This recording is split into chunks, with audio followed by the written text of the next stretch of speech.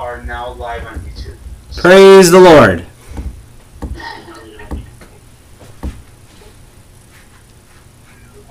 Okay, we ready to go? Okay, go for it. And all we can do is pray now. If it's live on YouTube, we'll just upload it later to YouTube. Okay, sounds good. Thank you so much. All of you who are listening, say a prayer for John Francis, who just helped us out. And I'm sorry about the technical difficulties.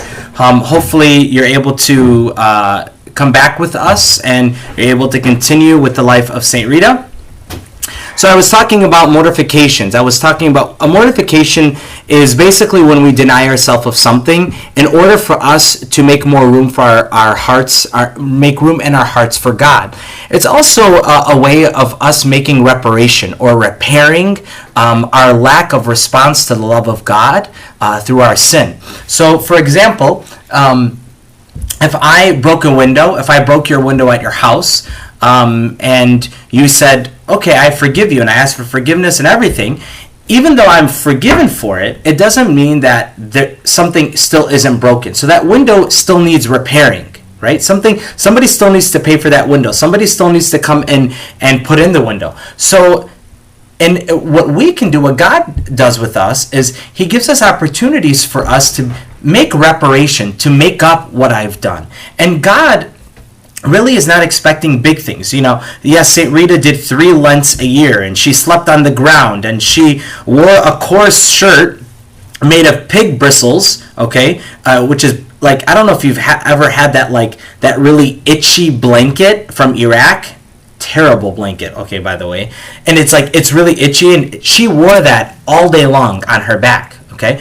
And she did this, like I said, as a reparation, right? As a repairing for the sins of other people. Sometimes God calls us to do great reparation and mortification and self-denial. Sometimes God is calling us to do them in the littlest ways. I'm at a restaurant and I'm ordering my food, and instead of choosing the food that I prefer, I choose something that I prefer less.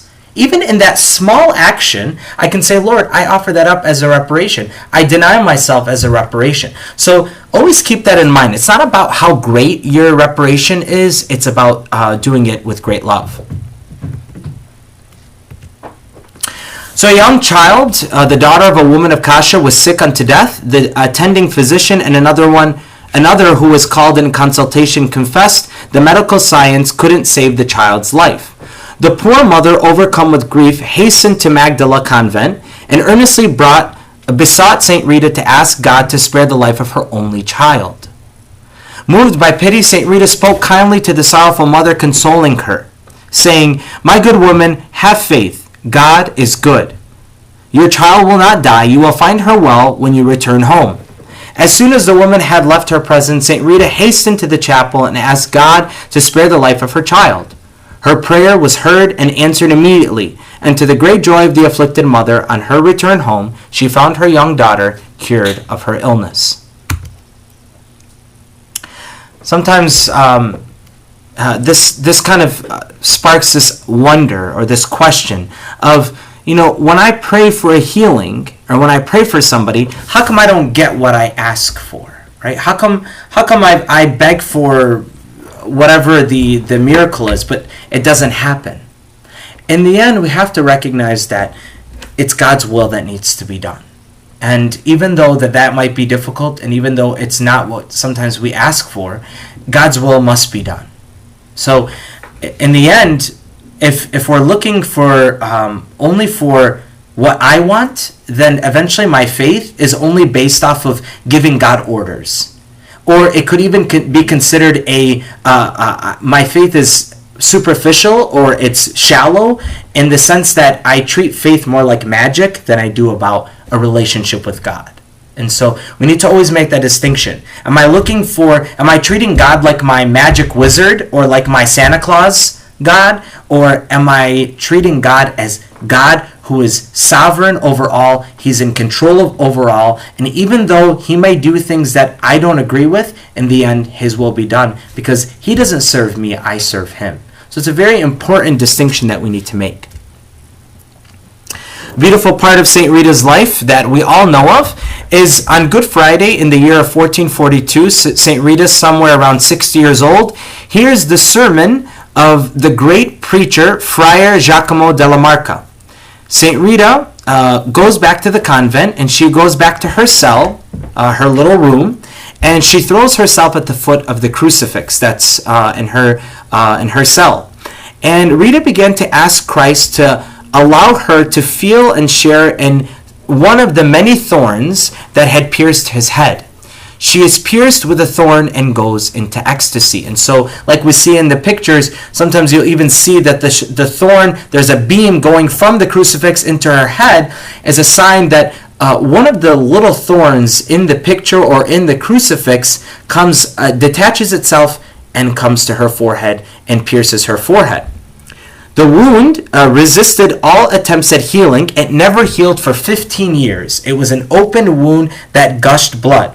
And the cool thing about this is, like you'll see in these beautiful pictures that I love, these are two of my favorite pictures of St. Rita, you'll notice that there's a crown, and even in some pictures there's a crown of thorns, because St. Rita not only felt or experienced the thorn on her forehead, she actually experienced the whole crown of thorns on her head.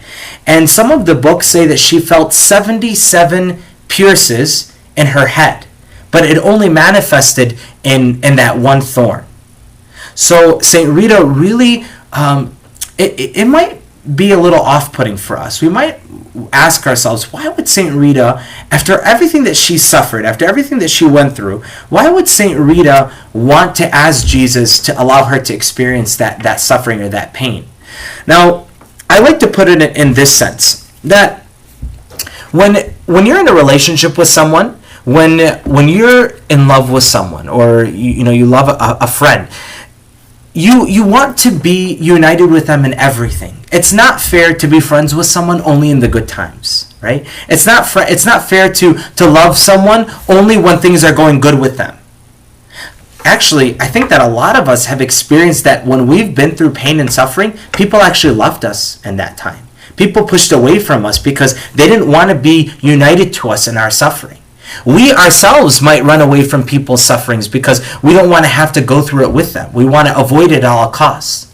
St. Rita saw the infinite value behind suffering. She saw that suffering, as difficult as it was on this earth, there is an incredible power behind it. And so St. Rita wanted to be united to Jesus because she wanted to be, just like St. Paul says, she wanted to be a partaker in his passion to, in a sense, to be united to him to help save the world. We're all called to be co-redeemers with Christ. So God uses our pain and our suffering to bring salvation, to bring conversion, to bring healing, to bring whatever it might be. He uses our pain and our suffering. And St. Rita wanted to do that for the salvation of the world. This is another picture that I love, St. Rita in ecstasy.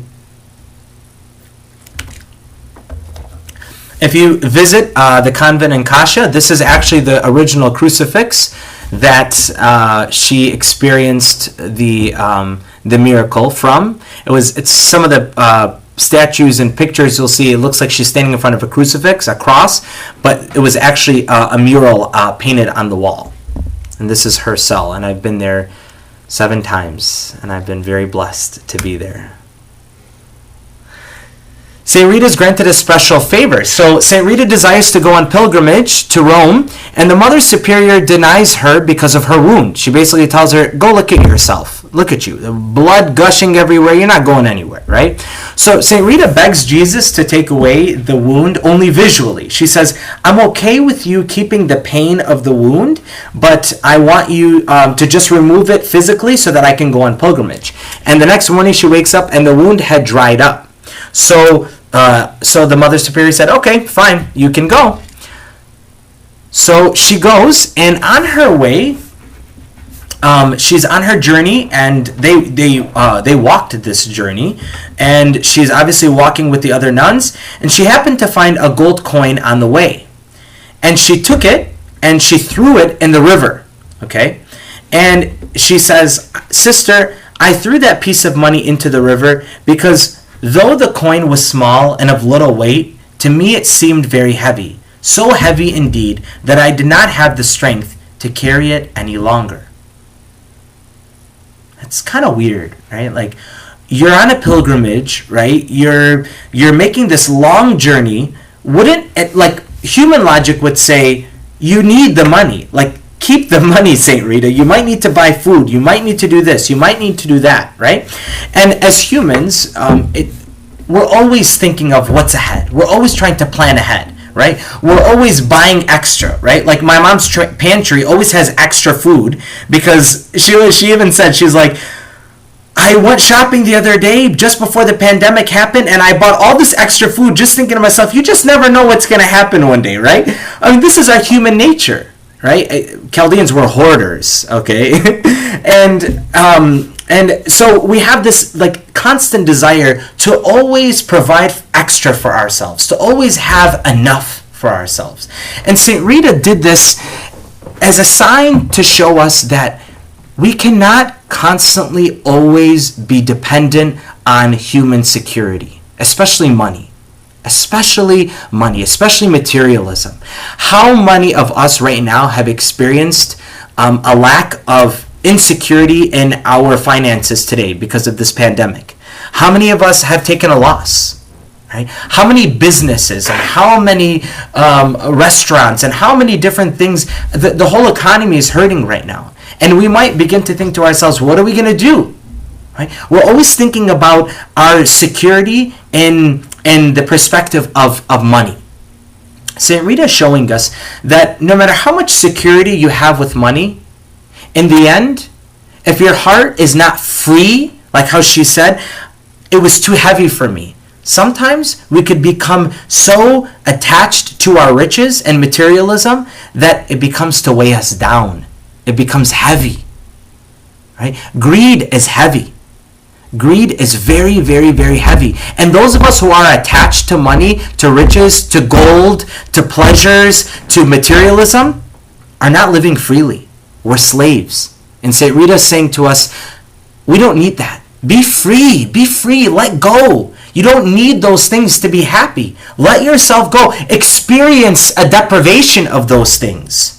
Even if it may feel like it makes no sense in human reason, let go, right? And experience freedom. So, St. Rita, we ask you to give us the grace to always be detached of materialism, to grant us a poverty in our heart. St. Rita lived off of the Eucharist for the last 3 years of her life. Only the Eucharist, which is incredible. St. Rita suffers seclusion because of the odor of her wound. So the wound would give off such a terrible smell that she had to live alone. She had to be isolated because the other sisters couldn't stand to be in her presence. Right? Another question, like, why would God do that to her, right? Here she is, she's asking for, like, Jesus is suffering, she's experiencing this pain and the suffering in her head. Why would she even be, like embarrassed or, what's the word that I'm looking for? Humiliated, right? Now, for us who, and in our pain and our suffering, we oftentimes can feel isolated. And we can even feel like God has left us in our pain and in our suffering. And it can feel like everybody has left us in our pain and our suffering. But again, we have to recognize that in the midst of pain and suffering, that's when God is closest to us. So in her seclusion, and in her rejection of everybody else around her, she saw that as an opportunity to be more united with God. So in our moments of loneliness, we've got to recognize, like, okay, this is an opportunity for me to cling to God. In mid-January, St. Rita's cousin visits her, and she says to her, "Bring me a rose from my garden in my old home in Roccaperena. There is nothing impossible with God." Now, in Roccaperena, terrible, terrible winters, tons and tons of snow. And her cousin is thinking to herself, like, you must be crazy. And she actually thought that she was delusional. But she decided to go because she was curious. So she goes, and in the garden, she finds a perfectly blossomed rose. So she goes, she brings the rose to her. And then she says to her, after that, she says, now I want you to go back and I want you to bring me 2 figs from my garden. So she runs back, she rushes home, right, to St. Rita's old home, and she finds 2 ripened figs in that garden. Today, you can actually even go back to that garden, and there's a beautiful statue of her which commemorates this great miracle. And in the garden, you see tons and tons of beautiful bloomed roses everywhere. So the garden is still blooming beautiful red roses. St. Rita's life ends by Jesus and Mary appearing to her to prepare her for her death. And and then eventually St. Rita dies at the age of, I believe, 74 or 75. And in this, right after she dies, a miracle takes place. Many of us St. Rita lovers, or many of us who know the story of St. Rita might not know this. That right after she died, one of the sisters of the convent had a paralyzed arm. And her name was Sister Catherine Mancini, and she was possibly a relative of St. Rita. So despite this infirmity that she had, she wanted to embrace the saint's body. She wanted to embrace St. Rita. So she tried to put her arm around the neck of St. Rita, and she succeeded perfectly in doing that. And she finds 2 having gained, right after that, she gains the use of her arm. So she's restored immediately. This is a beautiful picture of the death of St. Rita. And Jesus and Mary appearing to her, taking her to heaven. So beautiful. Many of us know that St. Rita is one of the incorrupt saints. And immediately after she died, they recognized that her body gave off an incredible smell of roses. To the point where when they would sniff her skin was oozing off an odor of roses. And so they actually even tested her body. They put her in a room with no windows, no ventilation, no nothing. They tested it, and they would come into the room after hours, and all they could smell was this overpowering smell of roses. After this, her body remained intact. Up until the 1700s, her body was as if she had just fallen asleep.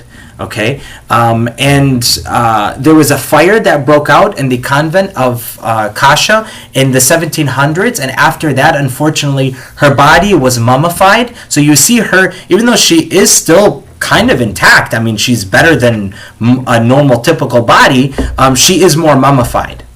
What is actually really cool is that over 100 years after her death, when some of the bishops would come to visit her, she was known to either, her body literally would sit up, or she would move her feet, or she would move her hands, or she would open her eyes.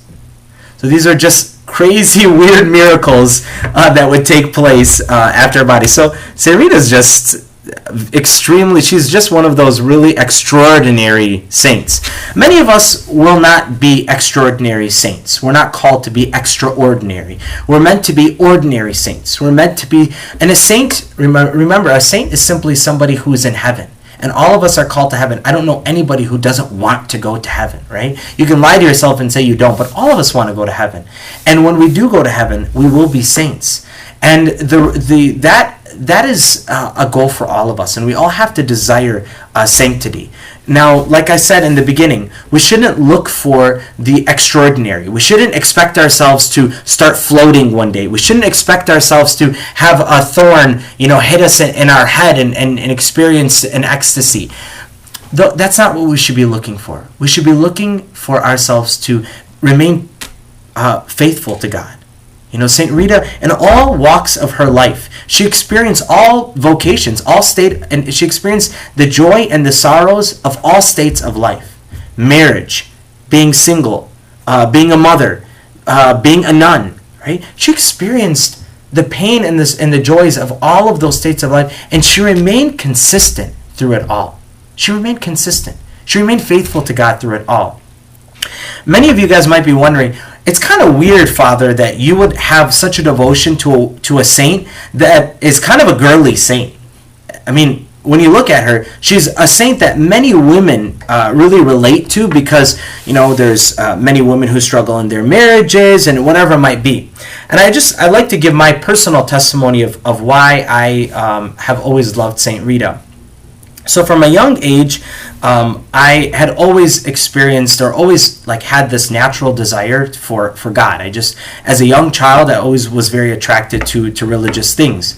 And my grandma used to have that really, really traditional picture where she is looking up at the crucifix that every Chaldean house has, right?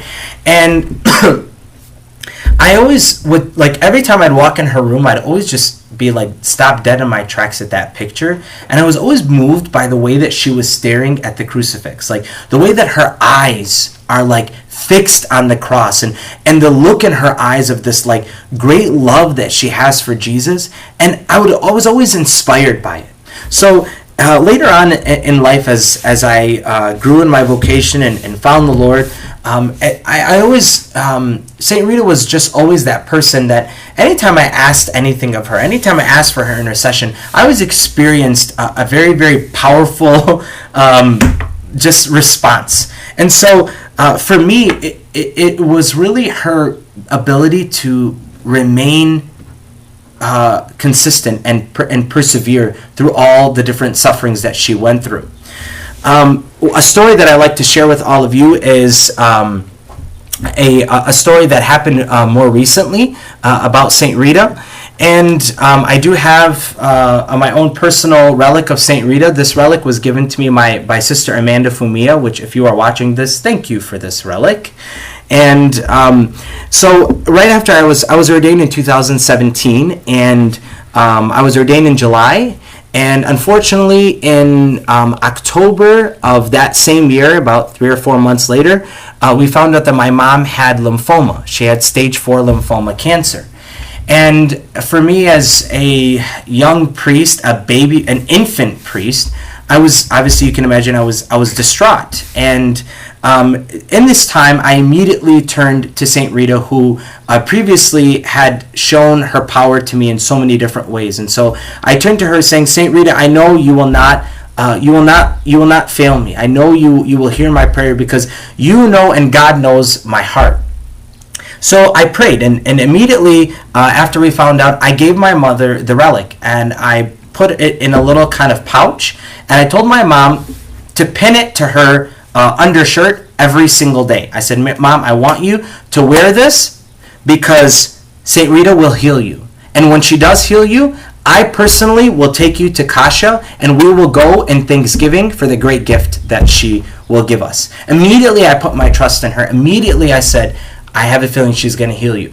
So I gave her the relic, and it was a Saturday, and my mom had a really long day, and she was getting ready for bed, and she realized that she no longer had the relic in her shirt.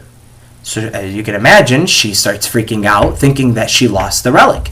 She did lose the relic. So she goes outside at 1 o'clock in the morning. She's still up, tracking everything, looking all over the place, looking for the relic. No relic. The next morning, she backtracks her steps. She goes to Kroger. She goes to her cousin's house. She goes everywhere looking for, wherever she was the previous day, looking for the relic. To no avail, she finds no relic.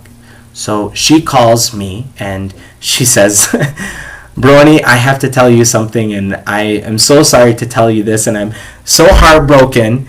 Backtrack. When she realized that she had lost the relic, she started saying to Saint Rita, why would you leave me in this most difficult time of my life? Don't you love me? Don't you want to help me in this time? And then she said, immediately I heard a voice say to me, I'm going to make a miracle out of you. So the next day, fast forward to her calling me and giving me this terrible news, right? And she tells me, Brony, I lost the relic. And as soon as she told me I lost the relic, something inside of me told me, it's okay, I'm going to do a miracle. as soon, and I literally, I tell my mom that, and she says to me, I heard the same exact thing at the same exact time.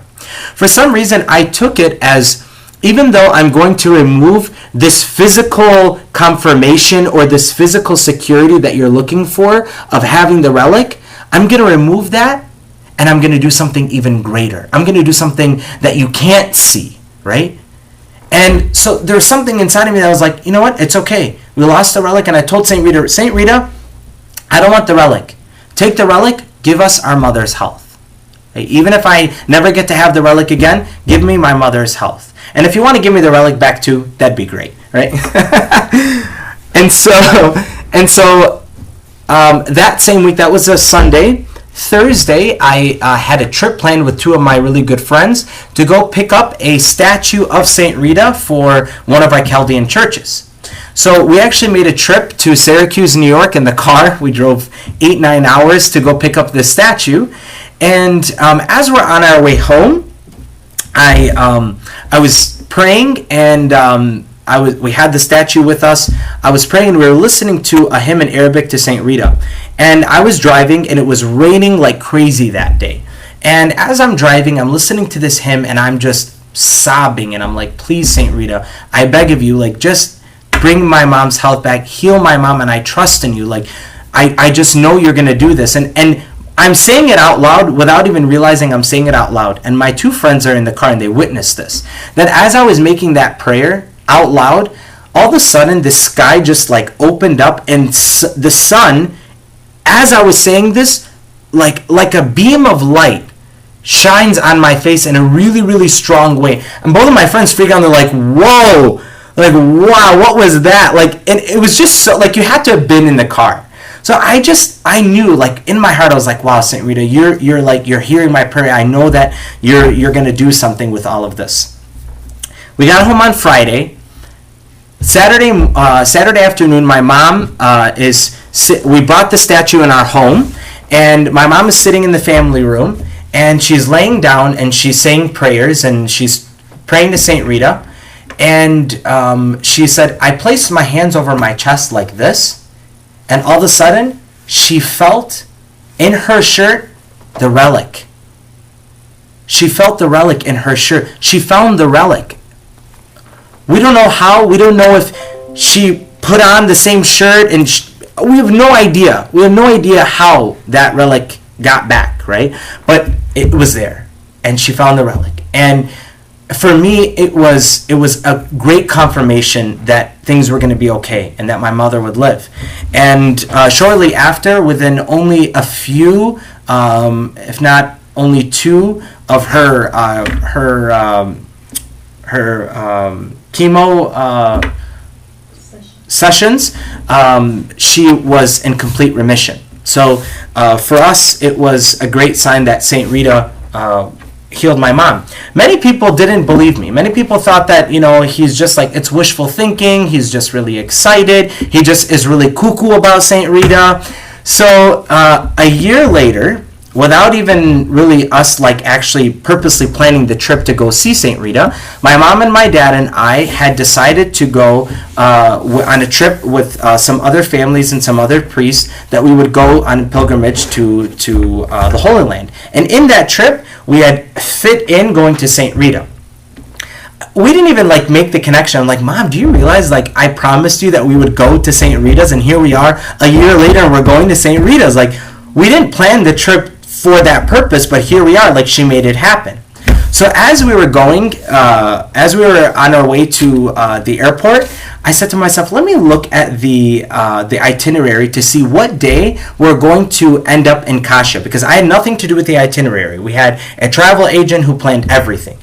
And I look, and we're ending up in St. Rita's in Kasha on October 23rd, which is the day that my mom got diagnosed with cancer. A year later, we ended up in Kasha. And I just knew that that was a confirmation of St. Rita saying, that was me. Don't listen to everybody else who thinks that you're crazy. That was me. And I know in my heart that St. Rita heard my prayer and she healed my mom. And she's done so many beautiful favors. And I truly encourage you, if you've never made a prayer to St. Rita, make a prayer today. Really ask for her intercession. Whatever seems impossible in your life, whatever seems like it is, it can't happen. St. Rita believed in all of the impossible.